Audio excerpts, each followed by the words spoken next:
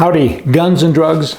Two topics today. Firstly, guns. The official attendance record for the NRA recent AGM convention held in Houston a couple of days after that terrible tragedy in Texas was about 60,000 attendees versus 80,000 plus every other year. So people said, hey, you know what, it's too sensitive, the timing is bad, and it's Memorial Day long weekend as well, and I'm not going to attend. First, I guess all of the movie star types, the star power types, they backed out of it, and you know what, to a degree I do understand that star power is speaking up against this terrible tragedy, and I wish they wouldn't. All they're doing is causing rifts. I mean, they're all jumping up and down. You got Matthew McConaughey, they're saying people in power have failed to act. We need background checks. Matthew, we have that already. I mean, go buy a gun. You can't unless you have a background check. And then if you get a concealed carry permit in the state that you're in, even with all of the stuff going on, let me tell you, it ain't easy. And the FBI, they run you through their computer every hour. And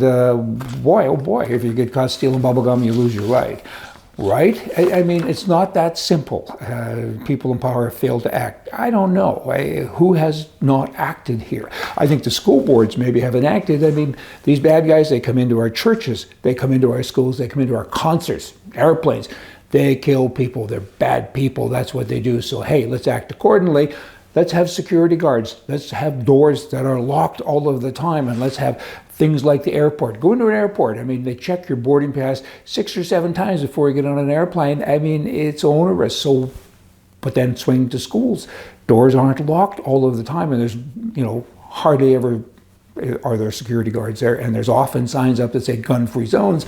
I mean, that's kind of a buffet for a crazy guy, and so those are the kinds of things that need to be looked at. Star power, though, they ruffle everybody's feather. They should be quiet. This is a terrible tragedy, what's happened in Texas, and immediately, though, they all start talking about gun control. I don't think that's appropriate. I mean, hold your breath for a while. You got the Selena Gomez. She says, hey, those in power need to change the laws to prevent these shootings in the future. Kim Kardashian, she says, is it more important to protect the Second Amendment than to protect their own children? Again, there's a great argument for all of these crazy things that these crazy people are saying, but now's not the time. Britney Spears, we have to take action. We need change. Enough is enough. And then you have people like Tim McGraw and so many others that if they don't actually say, get rid of the Second Amendment, they certainly imply it.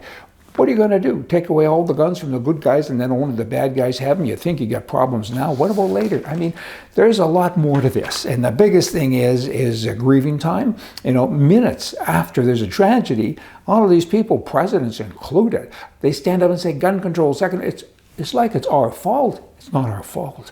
Now, switch over to drugs. It's alarming what's going on with drugs, but I want to focus on one place. Use it as kind of a rollout example. That would be British Columbia in Canada. It's a province on the left coast, and they've got all kinds of issues there. They have an alarming number of overdoses with this drug fentanyl. Fentanyl use in BC has gone from 5% to 25% of the overall drug use. Those are the most recent numbers. BC, British Columbia, has close to half of the deaths by fentanyl in the entire nation of Canada. Based on the 2021 stats, it's very clear that the deaths by fentanyl, overdoses, and so on will exceed 2,000 for 2022.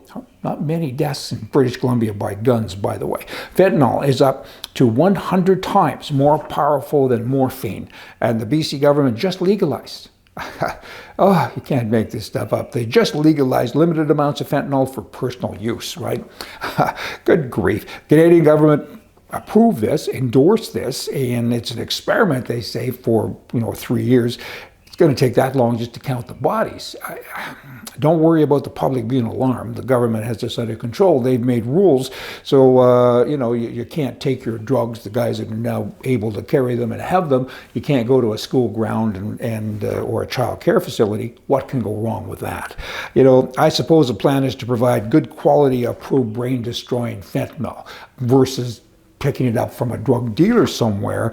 You know what? The feds are looking now to make all drugs legal. They've already made it legal to kill and rob if you're under the influence of a drug or alcohol, effectively, because they say that's a defense, right?